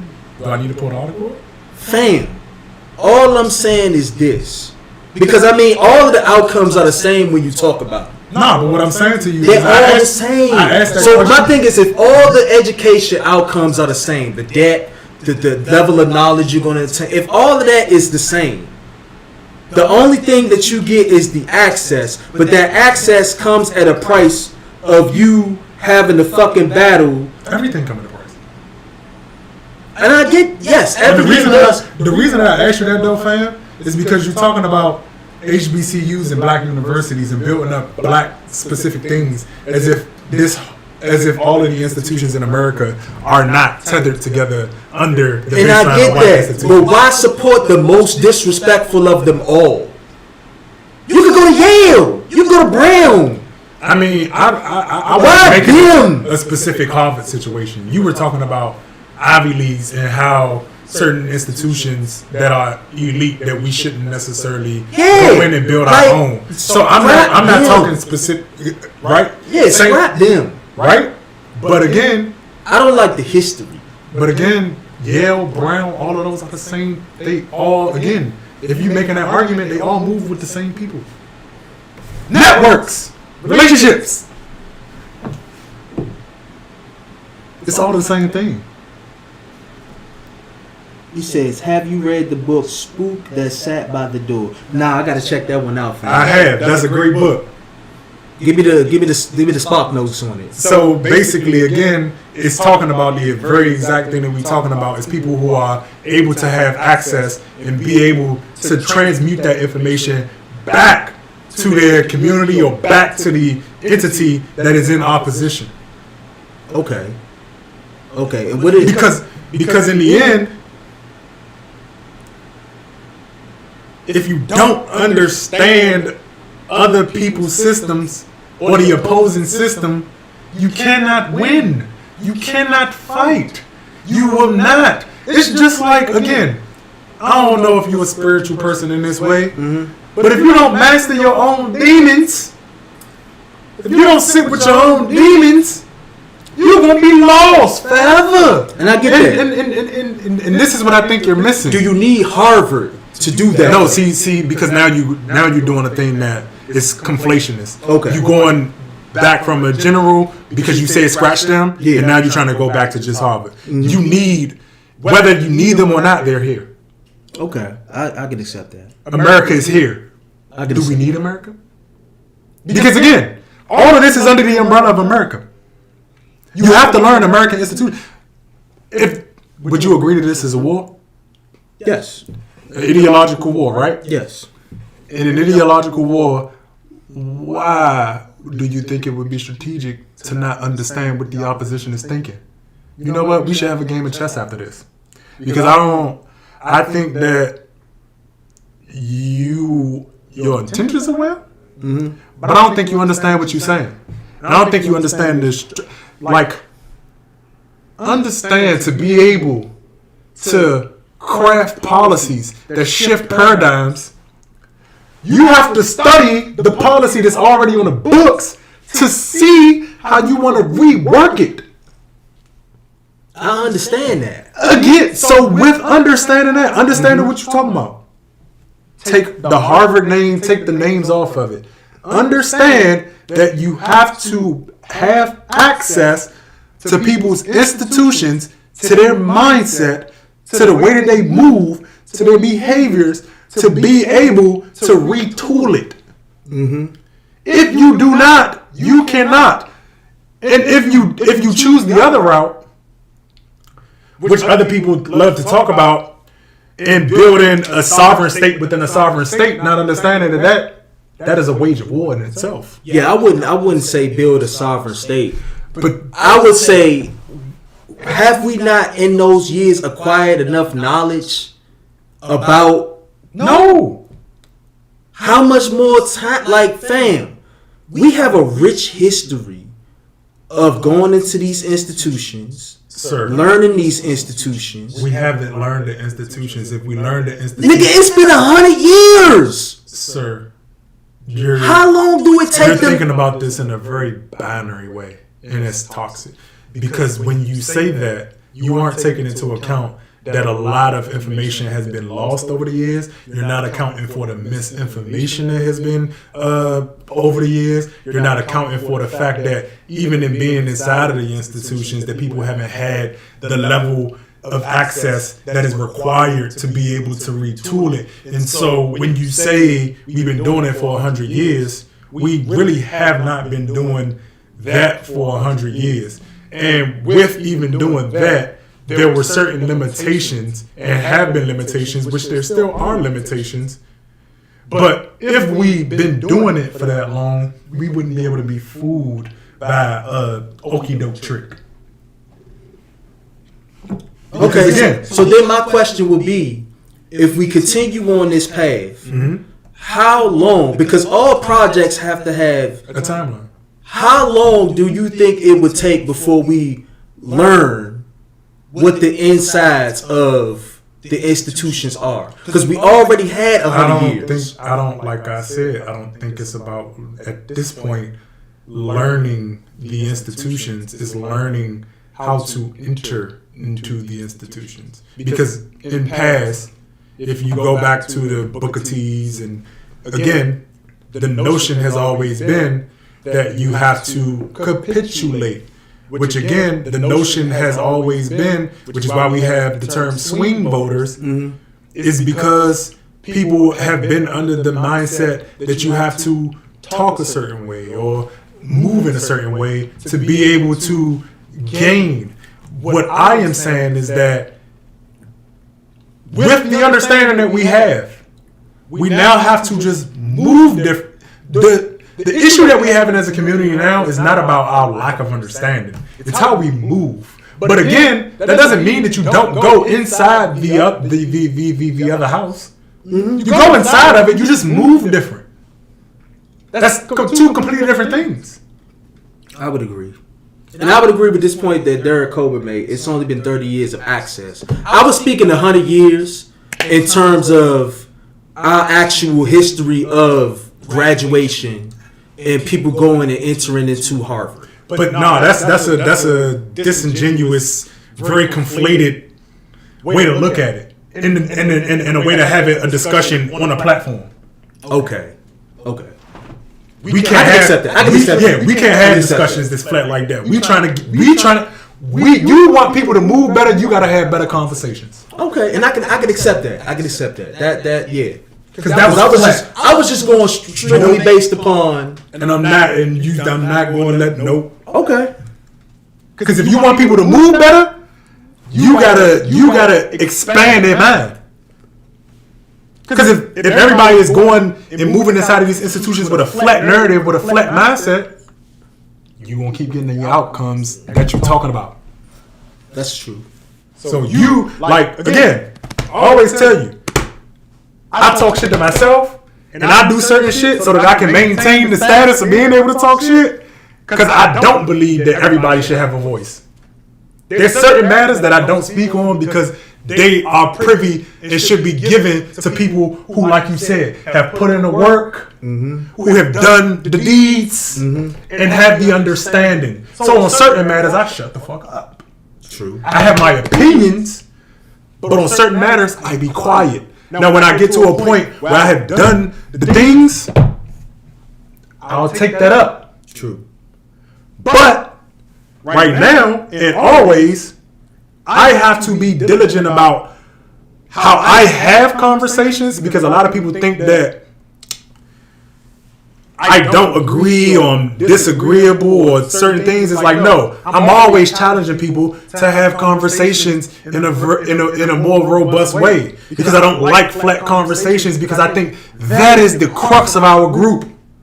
That is the downfall of our group, is that we have very, very, very surface level conversations. We got to get to the hows, the whys. Okay, you did this. Why did you do it? How did you do it? What did you think that was going to happen? Because what did you think was going to happen also matters, because people don't understand that their mind goes through the process of the scientific method. Yeah. on a subconscious level.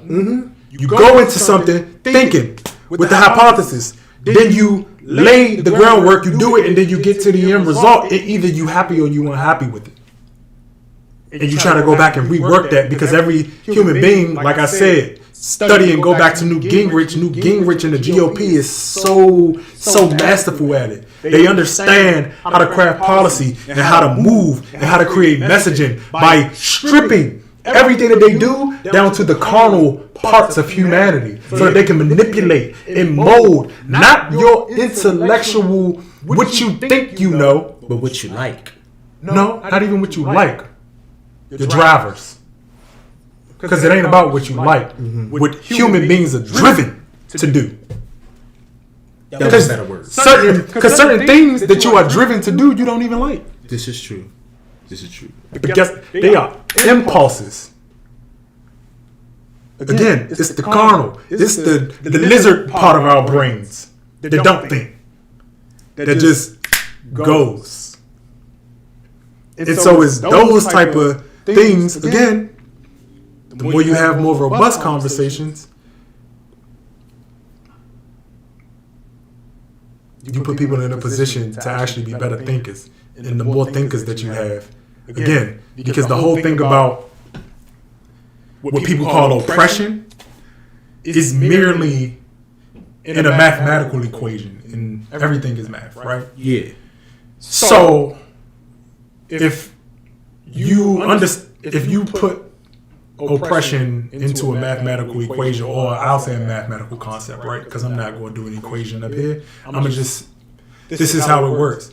Human beings are variables. Behaviors are sequences, patterns, right? The idea around oppression is creating certain buckets to make those behaviors become more and more predictable. Because for the few to reign over the many, I have to be able to predict the steps of a bunch of motherfuckers. You don't think Harvard does that? Yeah, but if you're, again, which is why I said what I said about awareness. You have to be aware that people are doing that to you. Because Harvard ain't the only person that's doing that to you. People do that to you in personal relationships. Oh, yeah. That happens on a very baseline level, because that's humanity. That's humanity. And certain people just use it for good, and certain people use it for bad. Because I do the same thing in my house.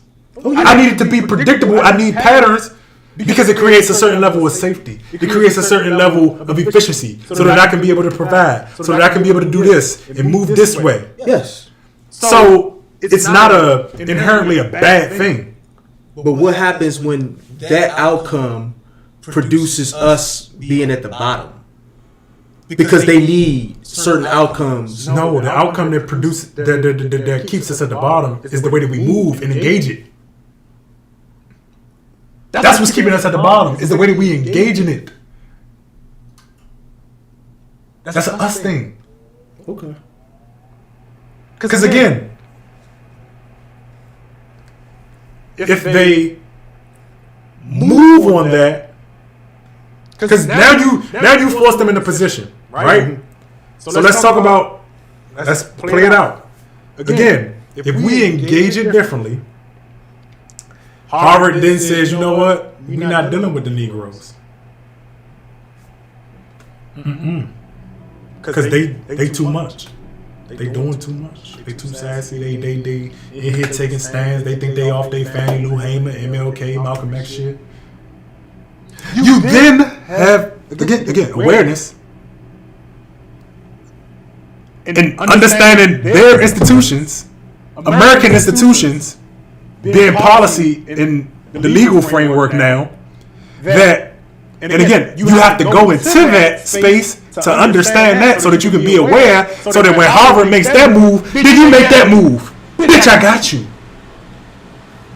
Now, I'm extracting millions and billions from you because you violated the rules of the game. Because it's a game. You violated your own rules. You know what's another book you should probably read? Rules for Radicals. Because you have to engage. It tells you straight up. The worst thing you could do is disengage. Oh yeah, because I'm not saying you don't engage. Like, don't You can't, no. But listen to what you're saying. Not attending is disengaging. But you don't need to specific. Like, okay, if we are to take your line of thinking, and that all of these universities work in a cohort, Yep. then there's no difference in me withdrawing from Harvard and supporting another. There's literally no difference because it's all the same umbrella. That's my point. So why? But we do agree that education has a value. I say it has a value only in the network. The education is the same. I would disagree. It's the same.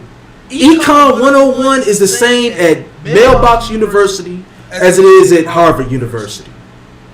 I could probably go into one of Harvard classrooms right now with my UMES degree as a freshman and probably be able to keep up with, because it's all the same. So, all right, even with that being The network is the university. okay, so if everything is the same and the networks is the university, It's the branding. network. The branding. Yeah. Harvard is better branded Yes, than a which gives you better HBCU. access to networks. Exactly. But you agreed. But education wise, no. But even if you remove that, you have also agreed, sir, that all of this is about networks, relationships, and influencing people. Because you can't change anything if you don't influence people. And I get that too. But at the same time, here's what I'm saying. Is that as a person that's going into an institution, when you accept all of those benefits and you get put into a position where they want you to talk for people that you have no connection to, that is my issue. That's an assumption. But that's what you see. It's not an assumption when I turn on my TV and I see people who talk in a specific way where you can tell just by the line of thinking, oh yeah, they don't know. They're just regurgitating talking points from their vantage point of going to said university. They have no connection to being able to talk to a person from a community that does not have certain binary norms and values based on Values like what? So you have people, right, that have these degrees that go up here and they characterize people that look just like them into certain tropes. But that happens with niggas who go to HBCUs too.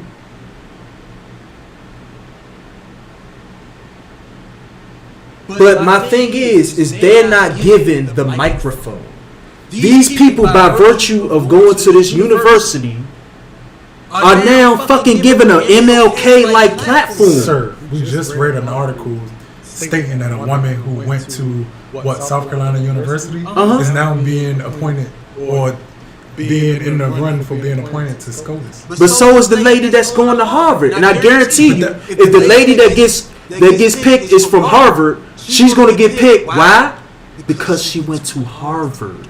Not because she's better than the lady that's coming from South Carolina, but Harvard is the better brain. But even if the lady from South Carolina University is picked, she also still has the same propensity to not be connected. What do you?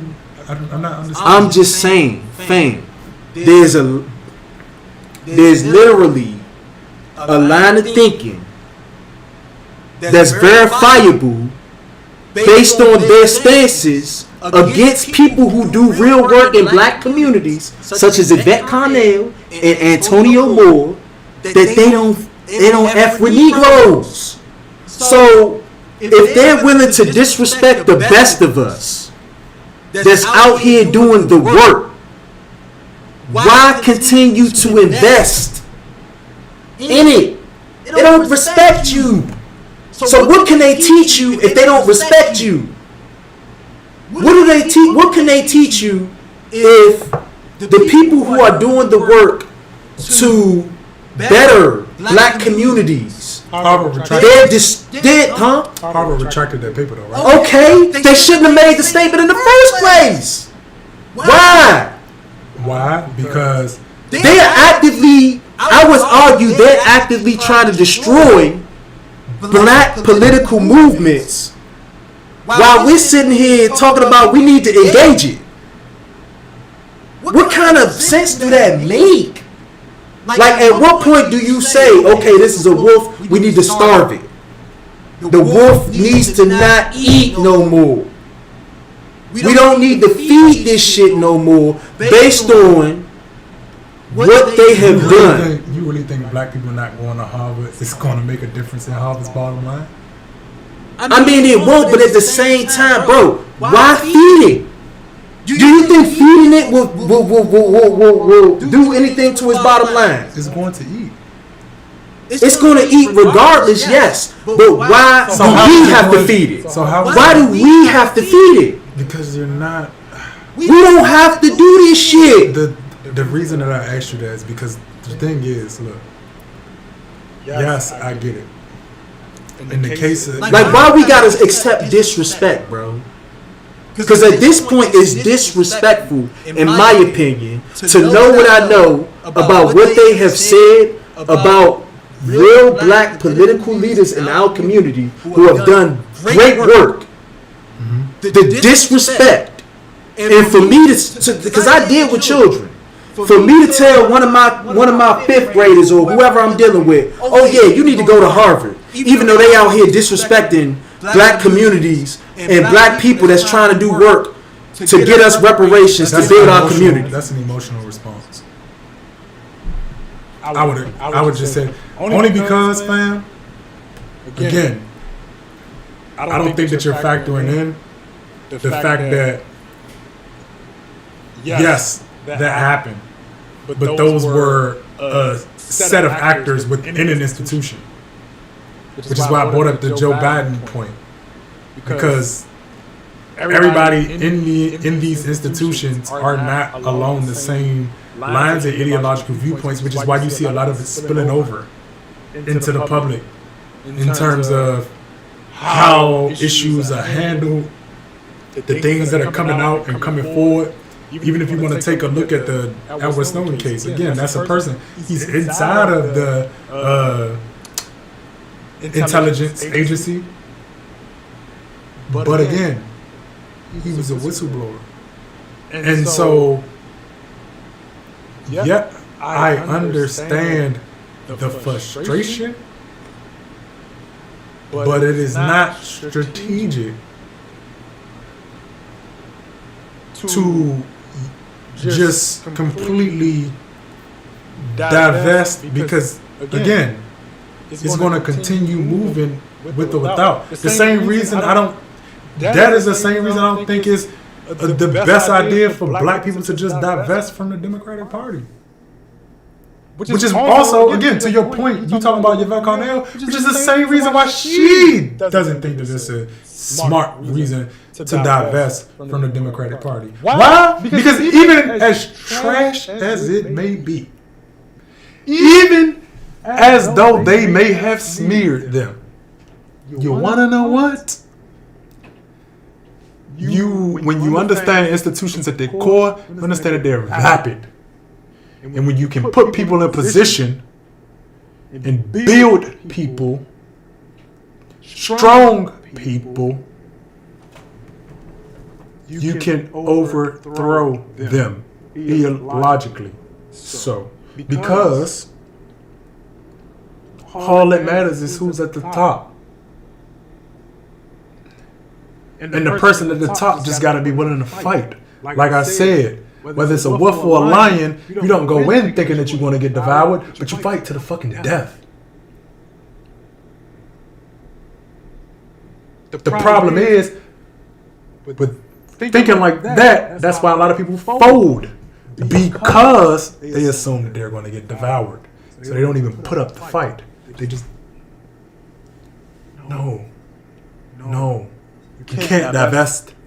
That's not a strategic strategy. What you do is you build up that young man, And whatever opportunities come his way from you building him at the point in life which you have him, you tell him, go.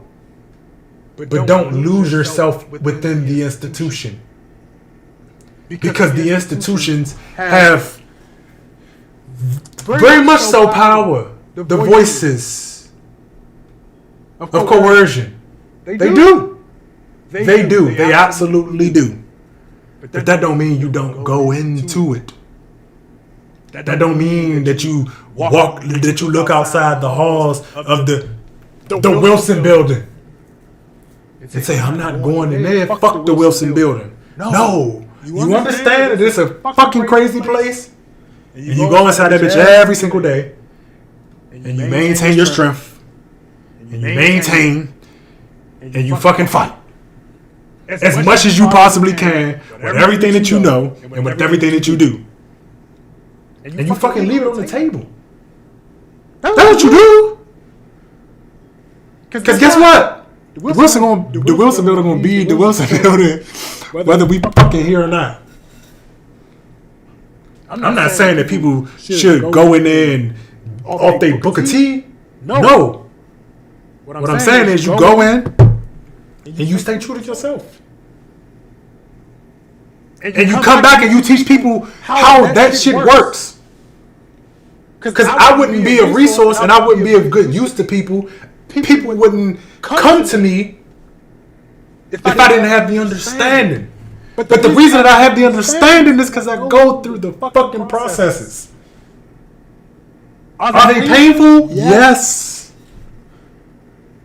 It drives me fucking batshit crazy. But I have to do it. Because if I want to talk shit, if I want the fucking reins, if I want the fucking keys, I gotta fight for the fucking keys. Because life is one big fucking fight. We keep talking about oppression and all of that and all of it. Ain't no motherfucker who oppressing you gonna give you shit. I gotta fight that nigga. I'm not gonna walk around a corner. Because I know you stand in this corner. Nah, bitch. I'm coming. And I'm going to walk past you. Do something. I'm going to come up in your shit. The fuck? Nigga, stop me. Check me. And I'm going to carry this attitude. That's why niggas ain't going to like you. I don't give a fuck. Yeah. And I don't give a fuck. I get because why? I ain't here to be liked. I'm here on a mission to bring back the fucking wildebeest to mine. And I get that. I understand. Just because these other loose little noodle neck motherfuckers ain't done it, don't mean that I'm gonna blame the institution. Like I told you before, that whole bullying concept don't work in my mind. Nah, bitch, I'm gonna fight you. Because I get what you're saying, but also. You have to when you looking at things, you have to give an honest perspective to what the outcomes of a thing is. But you're not looking at the other side of the outcomes. Okay. Walk your logic out. You divest, you don't go, then what? What you mean if we divest and we don't go to Ivies and all of these white institutions, then what? I mean, Harvard continues to be Harvard. Take it away from Harvard, like you said. We divest from all of these. So we divest from. Then what? Then we start to really deal with our community. So you can't deal with your community at the same time that you go to Harvard? I'm not saying you can, but what have the outcomes produced? The outcomes to me have produced people who get a platform by virtue of a piece of paper, who produce talking points about a community that they never represented in the first place. But you're talking about a certain type of person, not the institution. But if the outcomes of the institution for however many years it's been going has been producing a thing, you have to then call a thing a thing. Like if this thing has been producing screws for however long it's been producing screws, It's not You have to producing- you have to acknowledge that this thing has been producing screws. It's not producing screws. People are screws. And they just enter into it as screws. And they come out as screws. And I mean, They pick screws. maybe so. Maybe so. Maybe so. Because again, our whole point about the whole All I know is situation with it's a lot of people that come in with a lot of fire. okay. They come in with a lot of fire, and when they get done with this thing, they end up being fish fry. You can look at the history. Like I said, that's a They live long enough. to become the villain. But that's a reflection of the community as well. That's why I said that. Because what the fuck you want niggas to keep doing? I don't necessarily agree with James Clyburn either. Jim Clyburn either. But guess what? But it was a time when he was. You want to know one thing I do know? One thing that I do feel every single day? Is that thought in my head that people really don't give a fuck about Devon. People don't really fucking listen to me. People don't give a fuck about what I got to say. And people ain't gonna do shit even if I expose and told them all of the shit that fucking happens. And guess what? If I did, they gonna go back and continue doing what the fuck they gonna do. But guess what? Like I told you in past, one thing that people in this arena have in common is the pain. The pain. The pain of going in of warrior. And then you get still a warrior, just a warrior in a different way. Why? Because do people really give a fuck about you? People will let you die. Only time they gonna love us is nigga when we dead. Yeah. Do George Floyd. But Slim, if I catch you frying fish for Joe Biden, Slim, I might got wreck you, Slim. That's fine. For real. That's fine. Because in the end, Not fish. you wanna know why? That's fine. Because like I just said, my decisions are all my decisions, and I would just tell you and be straight up honest. I'm out here frying this fish. And I don't give a fuck. You wanna know why? Because it's gotten that bad. Because it's gotten that bad. Because what the fuck a nigga still doing? Wait a second. Because you saying all of this as if We have a very serious problem. you saying all this as if niggas ain't just out here still doing bullshit. With all of the things happening and going on. That's what I'm trying to get you to understand. Like you saying this as if we got a million fucking views. You saying this as if the political landscape, independent political landscape, isn't the most underwatched, viewed work on YouTube or independent media. Well, look, You saying this as if Julian Assange ain't. Well, look, I'm gonna put it out there. I know for a fact my man Money Making Mitch watched Gilded Sages. My man out here with my applause.